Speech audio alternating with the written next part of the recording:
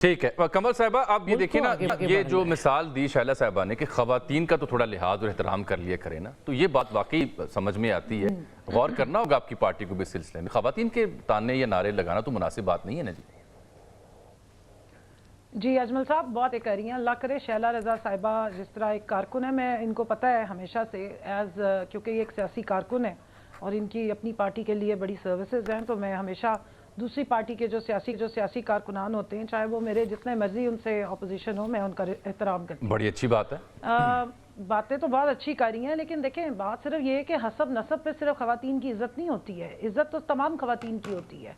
عزت تو پھر مریم نواز کے ساتھ ساتھ ہماری پارٹی میں عالیہ حمزہ کی بھی اتنی ہے، صنم جاوید کی بھی ہے، ڈاکٹر یاسمین راشد کی ہے. میری تمام خواتین جو میں ویمن ونگ کی ہیڈ ہوں، جتنا ہی وائلنس آپ نے اس 9 مئی کے بعد سے ان خواتین کے ساتھ ہوئی، 25 مئی کے بعد میں بھی پارلیمنٹیرین تھی اور ہمیں ڈی چوک پہ جس طریقے سے مارا پیٹا گیا، اور اسمبلی میں بیٹھی ہوئی پیپلز پارٹی کی تمام خواتین پارلیمنٹیرینز جو ویمن کاکس میں ہماری کلیگز تھیں، اور جو نون لیگ کی خواتین تھی جو ہماری ویمن کاکس میں کلیگز تھیں، ان میں سے کسی نے ایک بھی آج تک اسمبلی میں کھڑے ہو کے آواز نہیں اٹھائی. یہ پاکستان یہ شائلہ صاحبہ ویسے یہ سوال تو اہم ہے نا، یہ اعتراض تو بڑا اہم ہے. یہ سیاست اور یہ شائلہ رضا صاحبہ یہ جمہوریت کو مضبوط کرنے آئی ہیں. شائلہ صاحبہ میں نے مار کھائی، بالکل میرے اوپر جھوٹی ویڈیوز چلائی گئی.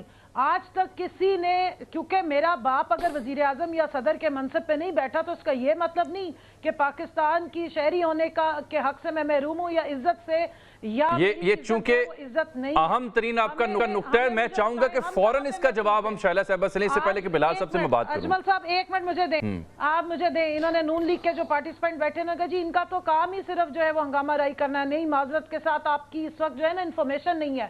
آپ کے لوگ ڈی سی اور اے سی کی موجودگی میں سی ای او جو ایجوکیشن ہے پنجاب کا، وہ بلا کے اس وقت یہ سارے تماشے کر رہے ہیں.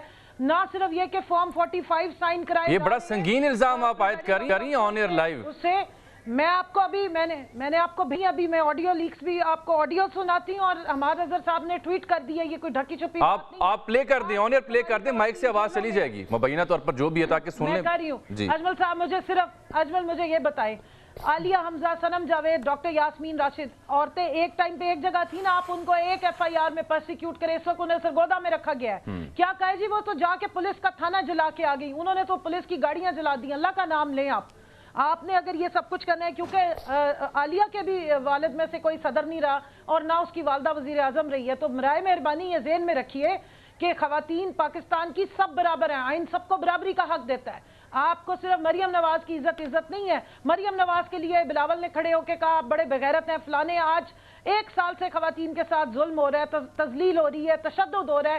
کس نے کھڑے ہو کے بات کی؟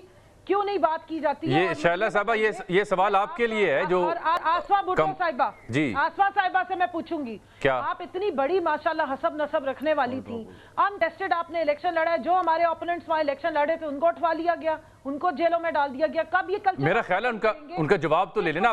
آپ کا یہ سوال بڑا اہم ہے. آپ یہ 2 وائس نوٹس جی پلے کیجئے، یہ وائس نوٹس 2 سن لیجئے اور پھر آپ ان سے پوچھیے. جی سنائیے.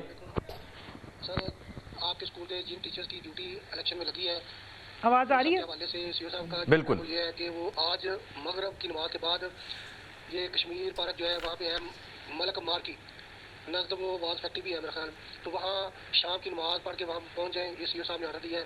آپ کا اسکول ہے، نینسو کا اسکول ہے اور ہمارا اسکول ہے، تو کائنڈلی وہاں اپنی جو یہ جن ٹیچر کی ڈیوٹی لگی ہے الیکشن میں ان کو فون کریں، وہ وہاں پہنچے ہر صورت. اس میں کوشش اس میں وقت نہ ہو سر. بہت شکریہ.